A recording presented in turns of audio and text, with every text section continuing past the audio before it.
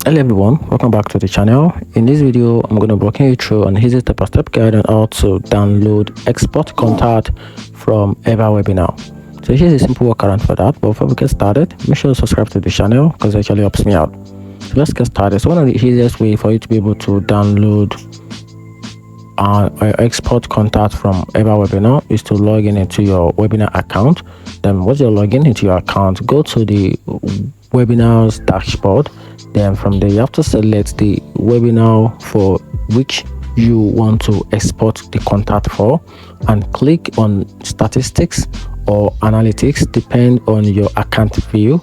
Then after that you have to find the attendees / the registrants list section. Then from there look for the export button, which is usually in CSV or Excel format. Then click export, and the file with your contact will download to your computer.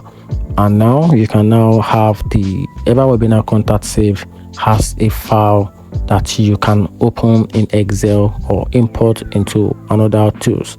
And that's it. Hope you find the video helpful. Turn on the notification button and subscribe for more.